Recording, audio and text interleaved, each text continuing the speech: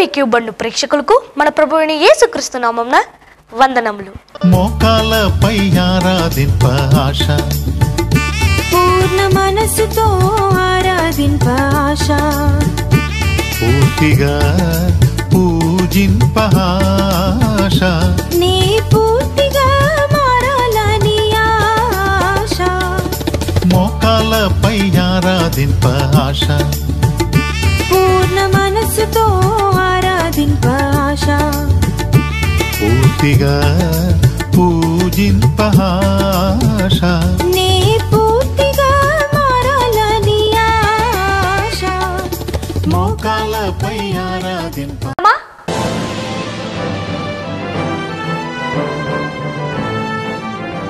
ప్రభునందు ప్రియమైనటువంటి దేవుని బిడ్డలారా, మన ప్రభువు అయినటువంటి యేసుక్రీస్తు యొక్క మహిమగల నామంలో మీ 50 మందికి నా హృదయపూర్వక వందనాలు తెలియజేస్తూ ఉన్నాను.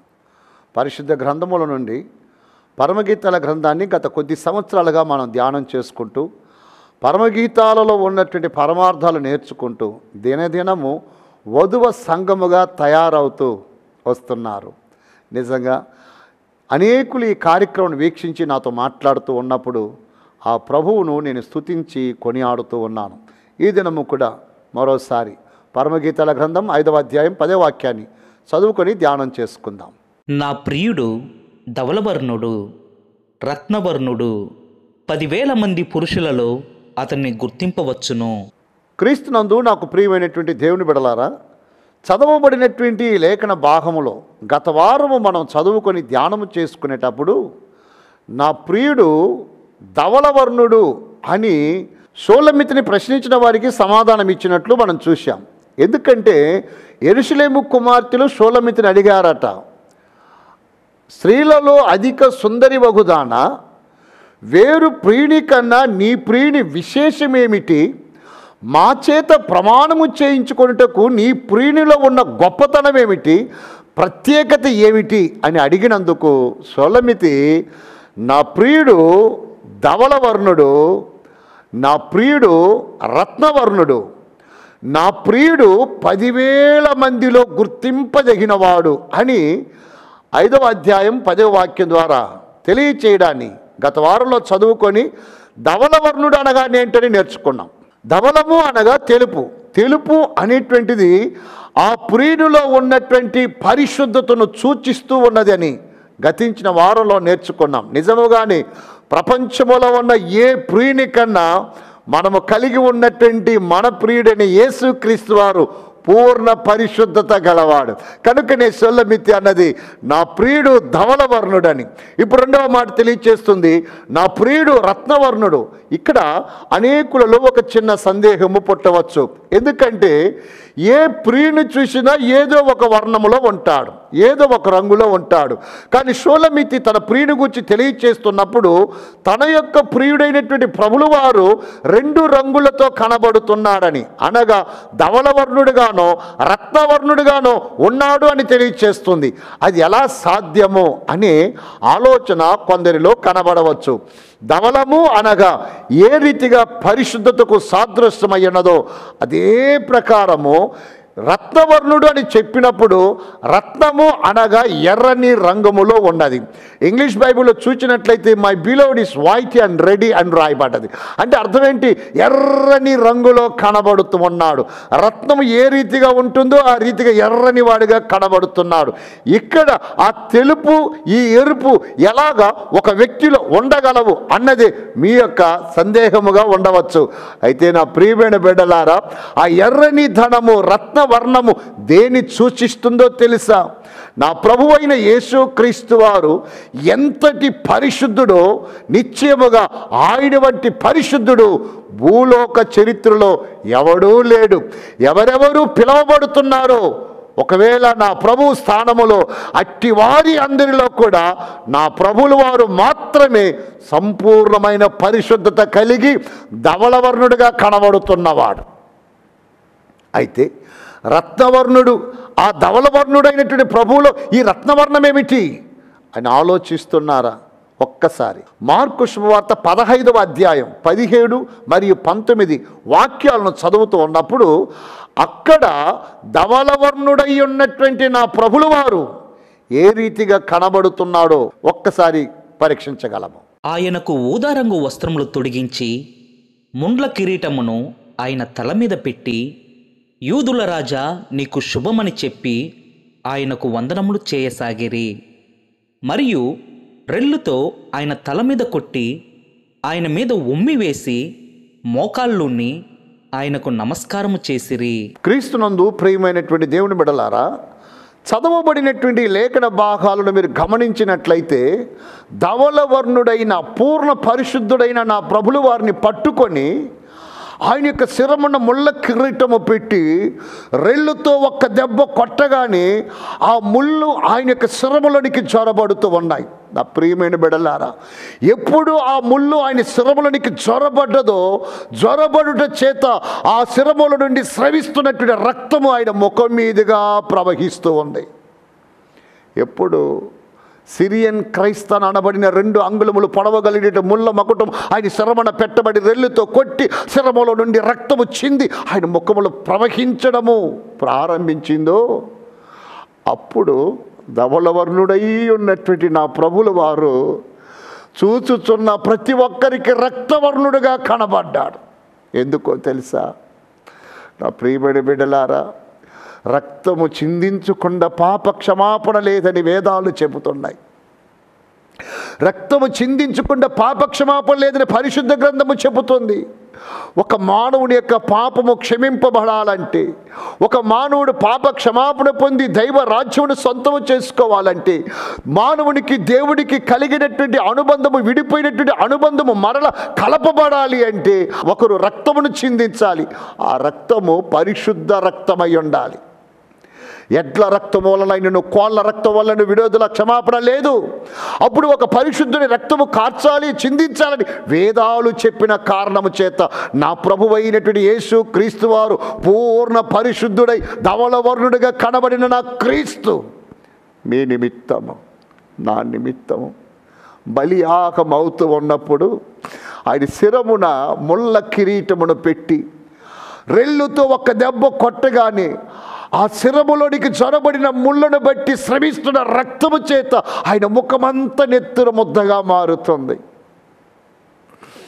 నెత్తురు ముద్దగా మారినటువంటి దృశ్యాన్ని ప్రవచన రీతిగా షోలమితి చూసి చెబుతుంది, నా ప్రియుడు ధవలవర్ణుడు, ఆయన పరిశుద్ధుడు. అంత మాత్రమే కాదు, నన్ను పరిశుద్ధుడిగా చేయుటకై రక్తవర్ణుడిగా మారి ఆ తెల్లని మోములో రక్తము కారుట ద్వారా, రక్తము స్రవించడం ద్వారా, ప్రవహించుట ద్వారా రక్తవర్ణుడిగా మారినవాడు ఆయన. నా ప్రీతమ దేవుని బిడ్డలారా, వేరు ప్రియుని కన్నా నీ ప్రియుని విశేషమేమని అడిగినప్పుడు షోలమితి నా ప్రియుడు ధవలవర్ణుడు, రత్నవర్ణుడు, 10,000 మందిలో గుర్తింపదగిన వాడంటే నిజంగా ఆయనను పోలిన రత్నవర్ణుడు ఎవరుండగలరు? నా పాపముల నిమిత్తమై శిక్షింపబడిన వాడు, రక్తమును ప్రోక్షించిన వాడు, ఆ ముళ్ళ మకుటము చేత మోమంతా కూడా రక్తపు ముద్దగా మారి ఎర్రని వాడుగా చూచుతున్న వారికి రత్నవర్ణుడిగా కనబడుతూ ఉన్నాడు. ఆయన గాయములను చూచిన నీవు, నీ కొరకు ప్రాణమును పణంగా పెట్టిన ఆ ప్రభువుని నీవు వీక్షిస్తున్నావే, నీ హృదయము మారదా? ఇకనైనా ఆ పరమ వరునికి తగిన వధువ సంఘ జీవితమును నువ్వు కొనసాగించలేవా? నా ప్రియమైన బిడ్డలారా, శిరము మాత్రమే కాదు, ఆయన శరీరం అంతా కూడా రత్నవర్ణుడిగా కనబడుతూ ఉన్నాడు. ఒక్కసారి కీర్తనల గ్రంథము 129వ అధ్యాయం 3వ వాక్యాన్ని చదువుకుందాం. దున్నువారు నా వీపు మీద దున్నిరి, వారు చాళ్లను పొడుగుగా చేసిరి. ప్రియతమ దేవుని బిడ్డలారా, చదవబడినటువంటి మాటలు మీరు గమనించినట్లయితే కీర్తనాకారుడు ప్రవచిస్తున్నాడు. ఎలాగా? దున్నువారు నా వీపున దున్నిరి, చాలలను పొడవుగా పెద్దవిగా చేసిరి. సేద్యం చేసేవారిని చూశారండి, దున్నుతారు భూమిని. ఎలాగూ దున్నుతారో ప్రభుల వారి యొక్క వీపు దున్నబడినట్లయినదట. యోహానాన్ బిడ్డ అకాలానే వాణ్ణి యేసు ప్రభుల వారిని కొట్టిన కొరడాతో కొడుతూ ఉంటే వాడి పొట్టలో ఉన్న పేగులన్నీ వీపు గుండా బయటకు వచ్చాయట. వాని పొట్టలో ఉన్న పేగులన్నీ వీపుకుండా బయటకు వచ్చాయి. అలాంటి కఠోరమైనటువంటి కొరడాతో నా ప్రభులు వారిని కొట్టినప్పుడు థామస్ ఆల్నాడ్ అనబడే చరిత్ర పరిశోధకుడు హిస్టరీ ఆఫ్ రోమ్ అనే పుస్తకంలో రాస్తున్నాడు. యేసు ప్రభులు వారిని ఆ కొరడాతో కొడుతూ ఉంటే ఆయన యొక్క మాంసం అంతా కూడా రిబ్బడలాగా ఊడి వచ్చినదట. ఎంత కఠోరమో! సోలమితి, వేరు ప్రియుని కన్నా నీ ప్రియుని విశేషమేమిటి? సోలమితి చెబుతుంది, నా ప్రియుడు ధవలవర్ణుడు, నా ప్రియుడు రత్నవర్ణుడు, ఆయన పరిశుద్ధుడు, ధవలము వలె తెల్లనివాడు, నా కోసమై రక్తవర్ణుడిగా మార్చబడినవాడు. ముళ్ళ మకుటము పెట్టుడు చేత మోమంతా కూడా నెత్తురు ముద్దగా మారిపోయినది. కొరడాతో కొడుతూ ఉన్నప్పుడు 129:3 వ్రాయబడ్డట్టు ఆయన వీపంతా దుండబడినట్లు తెల్లని దేహము నెత్తురు ముద్దగా మారి రక్తవర్ణుడిగా కనబడుతూ ఉన్నాడు. నీకోసమే, నా కోసమే. నా ప్రియమైన దేవుని బిడ్డలారా, నీకోసం ప్రాణం పెట్టేవారు ఎవరన్నా ఉన్నారా? చాలాసార్లు చాలామంది అంటారు, బ్రదర్, సిస్టర్, అవసరమైతే నేను నీ కొరకు ప్రాణం పెడతానని. నిశ్చయముగా ప్రాణం పెడతాననే వారందరూ ప్రాణం తీయకుండా ఉంటే చాలు. కానీ ప్రభువైనటువంటి యేసు క్రీస్తు వారు సకల మానవాళి పాప క్షమాపణార్థమై తన ప్రాణాన్ని పణంగా పెట్టాడు. నిన్ను ప్రేమించాడు, నన్ను ప్రేమించాడు. అందుకే బైబిల్ అంటుంది, దేవుడు లోకమును ఎంతో ప్రేమించును కాగా తన అద్వితీయ కుమారుని యందు విశ్వాసముంచు ప్రతివాడు నశించక నిత్య జీవం పొందినట్లు ఆయన అనుగ్రహించను. ఎందుకు ఆయన నరరూపమెత్తి భూలోకానికి వచ్చి నీ కొరకు నా కొరకు బలియాగమయ్యాడంటే నశించిపోక నిత్య జీవం పొందినట్లు. వేరు ప్రియుని కన్నా నీ ప్రియుని విశేషమేమి? నా ప్రియుడైనటువంటి యేసు ప్రభులో కలిగిన ఈ సద్గుణాలు ఏ ప్రియునిలో ఉన్నాయి? నా ప్రియుడైనటువంటి యేసుక్రీస్తు వారు రక్తవర్ణుడిగా మారినట్టు పాపుల యొక్క పాప క్షమాపణార్థమై రక్తవర్ణుడిగా మారి రక్తము చిందించిన వారెవరు? ఈ లోకంలో చాలామంది రక్తము కార్చుకోవడాన్ని, రక్తము చిందించున్న కార్యాలు మీరు అనేక పర్యాలు చూస్తుంటారు. ఒకరిని చిందింపజేసి వారు చిందించి ఉంటారు. కానీ నా ప్రభువులు వారు అలా కాదు. పాపుల నిమిత్తమై పాప క్షమాపణార్థమై బలియాగమై ఎవరి యొక్క రక్తమును చిందింప చేయకుండా తన రక్తమును తన ఇష్టపూర్వకముగా చిందించాడు. నా అంతట నేనే నా ప్రాణమును పెట్టుచున్నాను అంటే ఇష్టపూర్వకముగా చనిపోవడానికి సిద్ధపడ్డాడు, బలి అవ్వడానికి సిద్ధపడ్డాడు.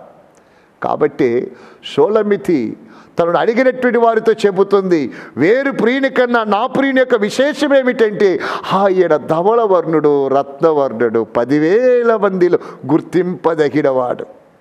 ఒక్కసారి మత్తయి శుభవార్త 27వ అధ్యాయం 26వ వాక్యాన్ని చదువుకుందాం. అప్పుడతడు వారు కోరినట్లు బరబ్బను వారికి విడుదల చేసి యేసును కొరడాలతో కొట్టించి సిలువ వేయనప్పగించెను.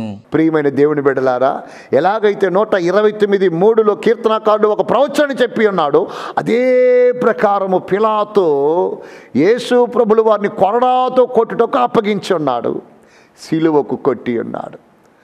ఆయన సిలువకు కొడుతూ ఉన్నప్పుడు యేసు ప్రభులు వారి యొక్క దేహము, ఆ యొక్క బరువు ఆయన సిలువకు కొడుతూ ఉన్నప్పుడు సిలువలో ఆయనను కొట్టుటకు ఉపయోగించిన మేకులు ఆయన దేహమును సిలువలో ఆపజాలవని, ఆ సిలువలో వేయబడిన యేసుక్రీస్తు యొక్క శరీరమును, దేహమును ఆ మేకులు భరించినట్లు ఏం చేశారో తెలుసా? ఆయన సిలువను మోసుకొని కల్వరి గిరి కేగిన వెంటనే సిలువలో కొట్టినట్లు సిలువ పైన పరుండబెట్టి ఆయన చేతుల్లో కాలుల్లో మేకులు కొడుతున్నారు. నా ప్రియమైన బిడ్డలారా, ఆయన చేతులలో కాళ్ళలో మేకులు కొట్టినప్పుడు ముళ్ళ కిరీటము ద్వారా శిరము, ముఖము అంతయు కూడా రత్నవర్ణముగా మారిపోయాడు. కొరడాతో కొట్టు ద్వారా వీపు భాగం అంతయు కూడా రక్తవర్ణముగా మారిపోయినది. సిలువను మోసుకొని కొండకెగిన వెంటనే సిలువలో కొట్టుటకు చేతుల్లో మేకులు కొడుతున్నారు, కాళ్ళల్లో మేకులు కొడుతున్నారు. చేతుల్లో కాళ్ళలో మేకులు కొట్టగానే ఆ భాగాలు కూడా ధవలముగా ఉన్న ఆయన కరములు, ధవలముగా ఉన్న ఆయన పాదములు రక్తచిత్తమైపోయినది. అరకాలు మొదలుకొని తల వరకు ఏ పాపము లేని, అపవిత్రత లేని పూర్ణ ధవళవర్ణుడైన నా ప్రభువు షోలమితి చెప్పినట్టుగాని, ఆమె దర్శనములో చూచినట్టుగాని ఇప్పుడు అరకాలు మొదలుకొని తల వరకు ఉన్నటువంటి సకల భాగములలో రత్నవర్ణముగా కనబడినట్లు ప్రతి భాగములో రక్తము కనబడుతూ ఉన్నది. నా ప్రియమైన బిడ్డలారా, ఆయనను ఆ సిలువకు కొట్టి ఆ దేహమును ఆ మేకులు ఆపజాలవని గ్రహించి ఆ దేహమును మేకులు ఆపుటకు వీలు కలుగునట్లు సిలువకు కొట్టబడిన యేసుక్రీస్తు వారిని పొర్లికెంతలు చేశారు. అంతకు పూర్వమే ఆ ముఖములో చెమట, అంతకు పూర్వమే ముళ్ళ మకుటం పెట్టుట ద్వారా రక్తము చెమట మిశ్రితమై ఉన్న మోమును మట్టిలోనికి పొర్లికెంతలు చేశారు. ఆ దేహమును తాలుకున్నట్లు భరించినట్లు మేకులను వంకి చేసి మరలా ఆ సిలువను త్రిప్పి పైకి లేపుతున్నారు. నా ప్రియమైన బిడ్డలారా, రత్నవర్ణుడు ధవళవర్ణుడైన నా ప్రభు యొక్క మోములో మన్ను చేరగానే చూచుటకు సొగుసైనను స్వరూపమైన లేనివాడిగా మార్చబడ్డాడు. షోలమితిని అడుగుతున్నారు, వేరు ప్రియుని కన్నా నీ ప్రియుని విశేషమేమి? షోలమితి చెబుతుంది, యెరూషలేము కుమార్తెలారా, మీకు ఎంతమంది ప్రియులు ఉన్నప్పటికీ, ఎంతమందిని మీరు వెంబడిస్తున్నప్పటికీ అందరితో నా ప్రియుని పోల్చవద్దు.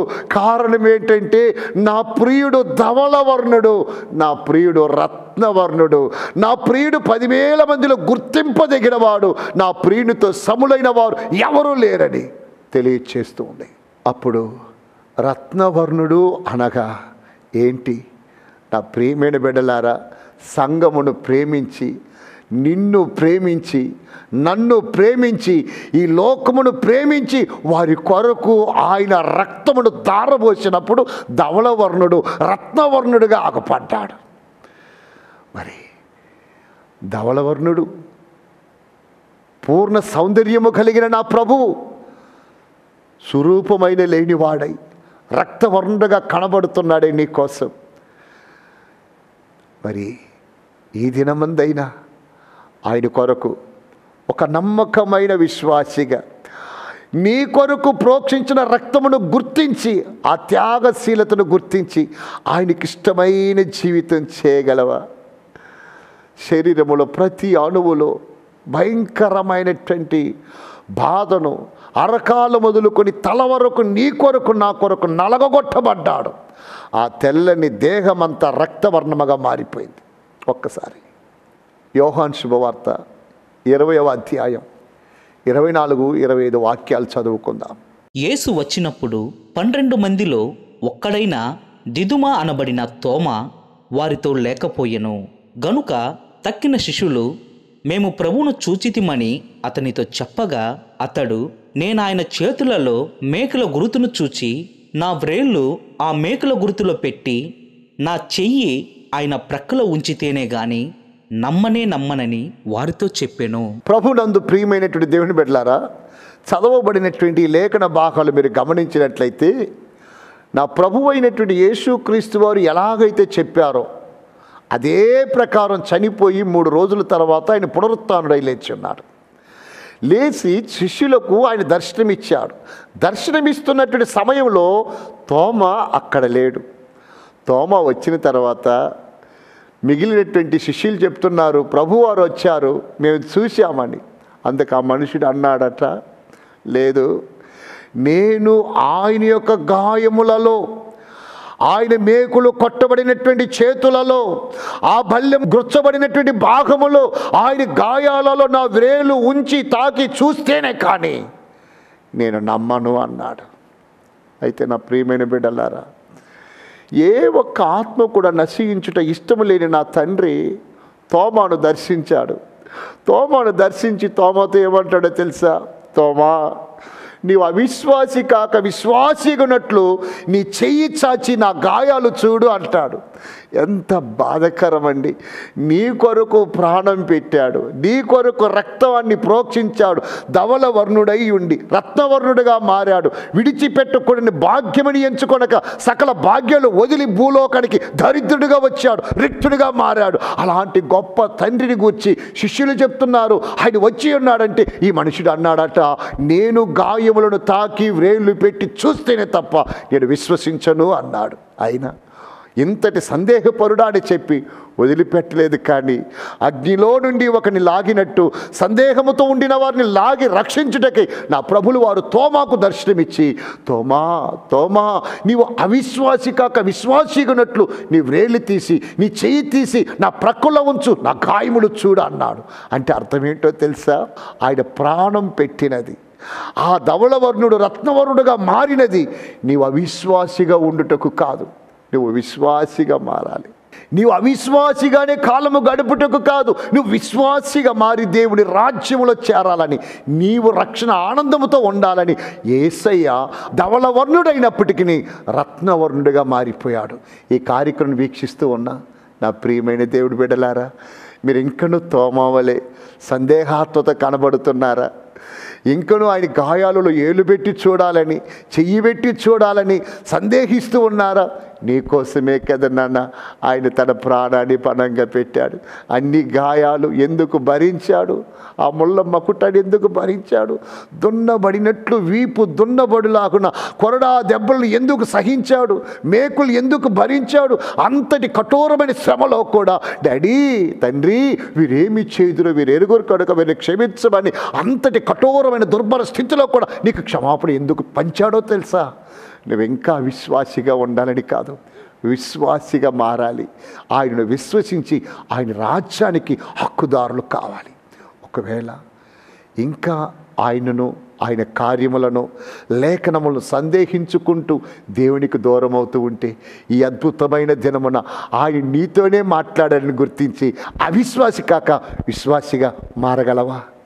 ఒకవేళ ఆ మంచి హృదయం ఈ సమయంలో నీవు కలిగి ఉన్నట్లయితే ఉన్న పక్షాన శిరము వంచి, నీ కొరకు శిరముల ముళ్ళ మకుటము ధరించిన ఆ యేసు ఎదుట శిరము వంచి, యేసయ్యా, ఇక నేను అవిశ్వాసిగా కాక నీ విశ్వాసిగా ఉంటాను, నన్ను అంగీకరించని ఆ దేవదేవునికి అప్పగింతలు చేసుకుందామా? దయతో వీలైతే మోకరించండి, లేని పక్షాన ఉన్న పాటన తల వంచి విధేయత వినయముతో ఆయన దగ్గర ప్రార్థన చేద్దాం. ప్రార్థన. మహాగణుడు వగు తండ్రి, మహోన్నతమగు దేవ, నా ప్రియుడు ధవళవర్ణుడు, నా ప్రియుడు రత్నవర్ణుడని షోలమ్మితి పలికిన మాటలలో ఎంతో గొప్ప ఆధ్యాత్మికమైనటువంటి కార్యములు ఉన్నాయని నీవు నాన్న అల్పుడైన నాకును నీ దాసులై ఉన్నటువంటి ప్రేక్షకులకును వివరించారు. అయ్యా, ఏమాత్రము నాన్న అవిశ్వాసులు కాక విశ్వాసులగునట్లు మా కొరకు రక్తవర్ణుడిగా మారిన మిమ్మల్ని రక్షకుడుగా అంగీకరించుటకై ఈ దినమందు నాయన వారు ఇష్టపడి ఉంటుండగా kindly bless one and all my father. దాసులను ఆశీర్వదించండి. రక్షణ అనుభవంతో, రక్షణ ఆనందముతో వారు ప్రభు రానున్న దినములలో మీ కొరకు ఒక మంచి పాత్రగా వాడబడుటకు సహాయం చేసి సకల మహిమ ఘనత ప్రభావాలు మీరు పొందమని యేసు క్రీస్తు యొక్క ప్రశస్తమైన నామములో ప్రార్థించి వేడుకుంటున్నాను తండ్రి. ఆమేన్. మన పరమ తండ్రి అయిన దేవుని కృప, కుమారుడైన యేసు క్రీస్తు యొక్క ప్రేమ, పరిశుద్ధాత్మ యొక్క అన్యోన్య సహవాసము ఈ కార్యక్రమం వీక్షించినటువంటి తమ దాసులకు, నా ప్రేక్షకులకును, ఈ కార్యక్రమంలో నాతో కలిసి శ్రమించినటువంటి బిడ్డలకును, ఈ కార్యక్రమునకై స్పాన్సర్ చేసినటువంటి ప్రియ కుటుంబానికి ఆయన మేఘారుడై మధ్య ఆకాశములో ప్రత్యక్షమయ్యేంత వరకు తోడై నడిపించునుగాక. ఆమేన్. ఆమేన్. God bless you.